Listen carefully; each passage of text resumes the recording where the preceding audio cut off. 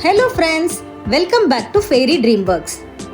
நாம இந்த வீடியோல வீட்ல இருக்க பொருட்களை பயன்படுத்தி வர இருக்க விநாயகர் சதுர்த்திக்கு விநாயகரை அழகா ஈகோ ஃப்ரெண்ட்லி மெத்தட்ல எப்படி செய்யறதுங்கிறத தான் பார்க்க போறோம். இந்த விநாயகரை செய்யறதுக்கு கோதுமை மாவு, மஞ்சத்தூள், சர்க்கரை போன்ற பொருட்களை பயன்படுத்துறதுனால நாம விநாயகர் சதுர்த்தி முடிஞ்ச பிறகு கரைக்கிறதுக்கும் ரொம்ப ஈஸியா இருக்கும். வாங்க நாம இப்ப வீட்லயே விநாயகர் செய்ய என்னென்ன பொருட்கள் தேவைன்னு பார்க்கலாம். 1 கப் கோதுமை மாவு, 1 கப் மஞ்சத்தூள், 1 கப் பால், எண்ணெய், மேலும் 3 டேபிள் ஸ்பூன் சுகர் பவுடர். இப்போ நாம இது எல்லாத்தையுமே கலந்து சப்பாத்தி மாவு பதத்தில் பிசைஞ்சு எடுத்துக்கலாம். இந்த மாவு ரொம்ப சாஃப்டாகவும் இல்லாமல் ஹார்டாகவும் இல்லாமல் மீடியமாக இருக்க மாதிரி பார்த்துக்கோங்க. ஒரு முக்கியமான விஷயம், விநாயகர் செஞ்ச பிறகு கிராக் வராமல் இருக்கணும்னா நீங்கள் பால் மட்டும்தான் யூஸ் பண்ணணும், தண்ணி சேர்க்காதீங்க. நீங்கள் பால் ஊற்றி செய்கிறதுனால நீங்கள் யூஸ் பண்ணக்கூடிய மஞ்சத்தூளுடைய கலரும் நல்லா எடுத்து காமிக்கும்.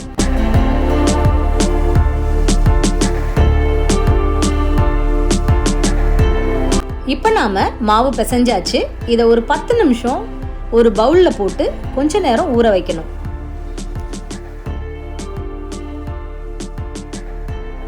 இப்போ 10 நிமிஷம் ஆயிடுச்சு. மாவு பர்ஃபெக்டாக ரெடி ஆயிருக்கு பாருங்க. இதை நாம் ஒரு மணையில் வச்சு பிள்ளையார் செய்யறத ஸ்டார்ட் பண்ணலாம். ஃபர்ஸ்ட் நாம் பிள்ளையார் செய்யறதுக்கு பிள்ளையார் உட்கார ஒரு மணையாக ரெடி பண்ணுவோம். அந்த மணைக்கு நீங்கள் ஒரு சர்க்கிள் ஷேப்பில் மாவை எடுத்து செய்யுங்க.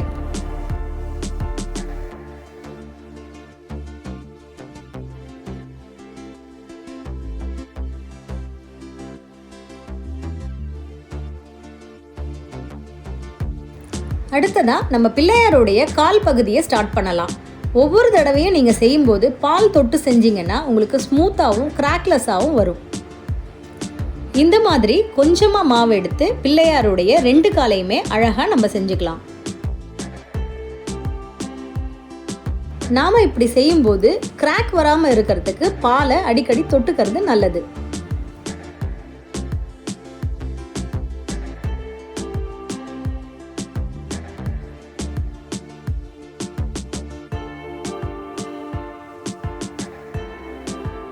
இப்போ நாம் பிள்ளையாருடைய வயிறு பகுதியை செட் பண்ணுறதுக்கு ஒரு பெரிய எலுமிச்சை சைஸ் அளவுக்கு மாவு எடுத்து நல்லா உருட்டிட்டு இப்படி செட் பண்ணணும்.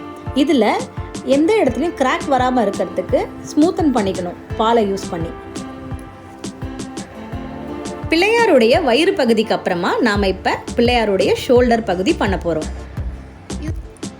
இதில் நம்ம பிள்ளையாருடைய ஷோல்டர் பகுதியை செட் பண்ணும்போது வயிறு பகுதிக்கும் ஷோல்டர் பகுதிக்கும் கேப் இல்லாமல் பாலை வச்சு கொஞ்சம் ஃபில் பண்ணி விடுங்க. அதாவது இந்த 2 பகுதிக்கும் நடுவில் கேப் இல்லாத மாதிரி லைட்டாக தடவி விடுங்க. இப்போ நாம் பிள்ளையாருடைய கைகளை செய்யலாம். நான் இப்போ இடது கையில் மோதகம் இருக்க மாதிரியும் வலது கையில் நம்மளுக்கு ஆசீர்வாதம் பண்ணுற மாதிரியும் செட் பண்ண போகிறேன்.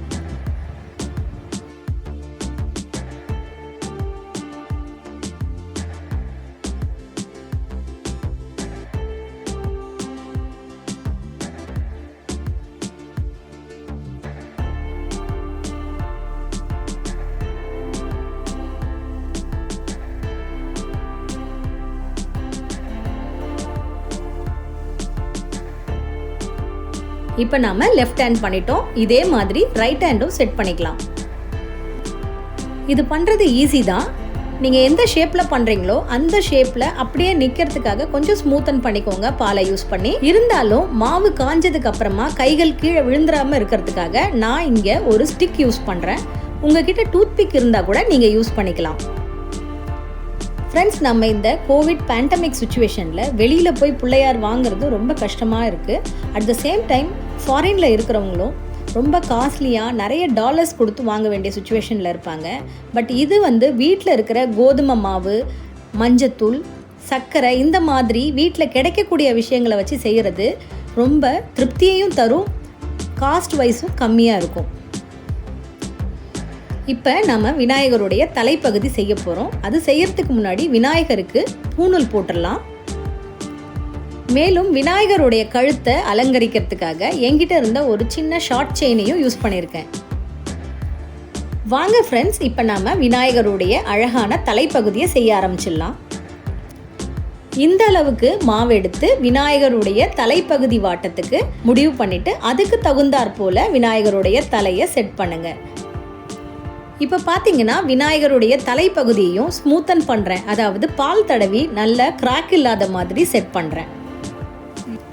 நம்ம ஏற்கனவே கைகளுக்கு செஞ்ச மாதிரி தலைப்பகுதியும் காஞ்ச பிறகு விழாமல் இருக்கிறதுக்காக ஸ்டிஃபாக நிற்கிறதுக்காக ஸ்டிக் கொடுத்து சப்போர்ட் கொடுத்துருக்கேன். தலைப்பகுதியை செட் பண்ணதுக்கப்புறம் துந்திக்கை எந்த பக்கமாக உங்களுக்கு வேணுமோ அந்த மாதிரி செட் பண்ணிக்கோங்க.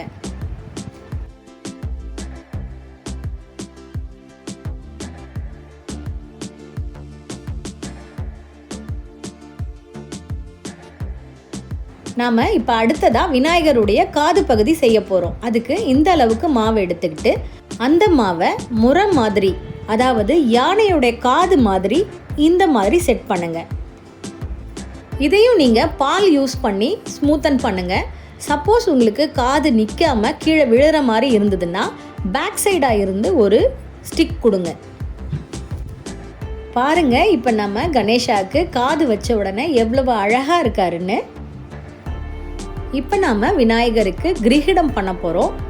நான் சிம்பிளான டிசைனில் தான் பண்ண போகிறேன். உங்களுக்கு சப்போஸ் கிராண்டாக வேணும்னாலும் நீங்கள் கலர் மாவுங்க யூஸ் பண்ணி அழகாக இன்னும் கூட மாற்றி செய்யலாம். பட் நான் இப்போ மஞ்சளை யூஸ் பண்ணி கிரீடம் பண்ணுறேன்.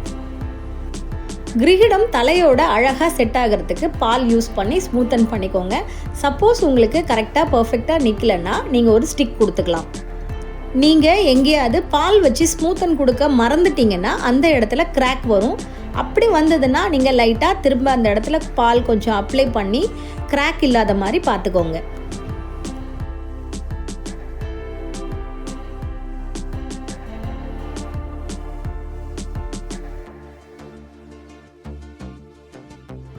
பாருங்க, இப்போ நம்ம விநாயகர் ரொம்ப அழகாக ரெடி ஆயிட்டாரு. இப்போ நாம் விநாயகரை அலங்கரிக்கிறதுக்கு முன்னாடி விநாயகருடைய வாகனமான மூஷகரை செஞ்சிடலாம். நாம் விநாயகருடைய வாகனமான மூஷகரை செய்யறதுக்கு முன்னாடி அவருக்கு உட்கார வைக்க ஒரு மனையை ஃபஸ்ட்டு செய்யலாம். அதுக்கப்புறமா இந்த அளவுக்கு மாவு எடுத்துக்கிட்டு ஒரு எலி வடிவில் நம்ம மூஷகரை செஞ்சு அந்த மனையில் வைக்கலாம்.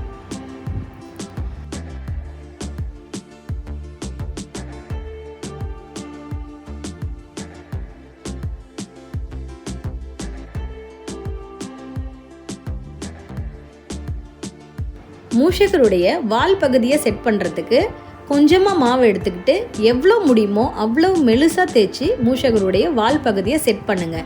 இதுலேயும் பால் யூஸ் பண்ணி எங்கேயும் கிராக் இல்லாத மாதிரி அழகாக ஸ்மூத்தன் பண்ணிக்கோங்க. விநாயகர் பக்கத்தில் அழகாக ஒரு பவுலில் நிறைய லட்டு இருக்கிற மாதிரி ஒரு பவுல் செஞ்சுக்கோங்க. அப்புறமா கொஞ்சம் மாவு எடுத்து உருட்டி லட்டு மாதிரி அழகாக அலங்கரிங்க. இப்போ நம்ம அழகான விநாயகரை மேலும் அலங்கரிக்க நம்ம டெக்கரேட் பண்ண போகிறோம். உங்ககிட்ட இருக்கக்கூடிய ஸ்டோன்ஸை டாட்டாக நீங்கள் டெக்கரேட் பண்ணலாம். சப்போஸ் உங்ககிட்ட ஸ்டோன்ஸ் இல்லைன்னா நீங்கள் உங்களுடைய நெயில் பாலிஷை கூட அழகாக வச்சு அலங்கரிக்கலாம். சப்போஸ் உங்களுக்கு நெயில் பாலிஷில் அலங்கரிக்கிறதுல இஷ்டம் இல்லைன்னா உங்ககிட்ட இருக்கக்கூடிய தோடுகளை கூட அழகாக வச்சு அலங்கரிக்கலாம்.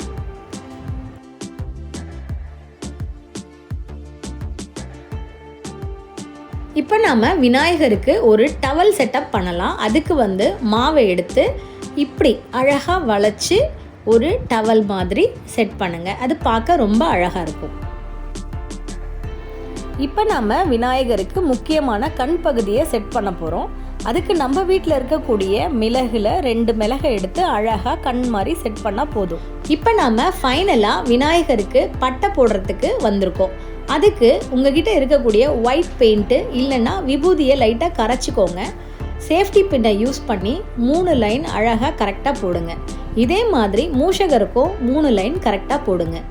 உங்ககிட்ட ரெட் பெயிண்ட் இருந்தால் அதை வச்சு நடுவில் ஒரு பொட்டு வைங்க. பார்க்கவே ரொம்ப அழகாக இருக்கும்.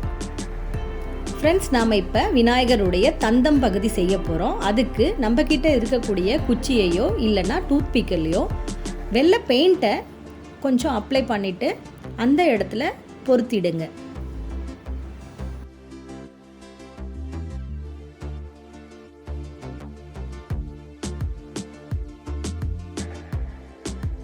இப்போ நாம் விநாயகருக்கு மோதகம் செய்ய போகிறோம். அவருடைய இடது கையில் வச்சா ரொம்ப அழகாக இருக்கும். அதுக்கு நம்மக்கிட்ட இருக்கக்கூடிய வெள்ளை மாவில் மோதகம் வடிவத்தில் செஞ்சு அவருடைய இடது கையில் வைக்கலாம். அவ்வளோதாங்க. நம்ம வீட்டில் இருக்க பொருளை யூஸ் பண்ணி நம்ம ஒரு 1/2 hour ஸ்பெண்ட் பண்ணால் போதும். நம்ம வீட்லேயே அழகாக திருப்தியாக மனசுக்கு ரொம்ப சந்தோஷம் தர வகையில் விநாயகர் ரெடி ஆகிடுவார். என்னோட விநாயகர் எப்படி இருக்காருன்னு கமெண்ட்ஸில் சொல்லுங்கள். மறக்காமல் இந்த வீடியோவுக்கு லைக் பண்ணிவிட்டு என்னோட சேனலை சப்ஸ்கிரைப் பண்ணிக்கோங்க. அப்போ தான் நாங்கள் போடக்கூடிய ஒவ்வொரு இன்ட்ரெஸ்டிங்கான வீடியோவும் உங்களை வந்தடையும். உங்கள் ஃப்ரெண்ட்ஸ் அண்ட் ஃபேமிலிக்கும் இந்த வீடியோவை ஷேர் பண்ணுங்கள். அவங்களும் வெளியில் பிள்ளையார் வாங்காமல் வீட்லேயே செஞ்சு மன திருப்தி அடையட்டும். நீங்கள் செய்ய போகிற விநாயகரும் நல்லபடியாக வரத்துக்கு என்னுடைய வாழ்த்துக்கள். அனைவருக்கும் விநாயக சதுர்த்தி நல்வாழ்த்துக்கள். தேங்க்ஸ் ஃபார் வாட்சிங்.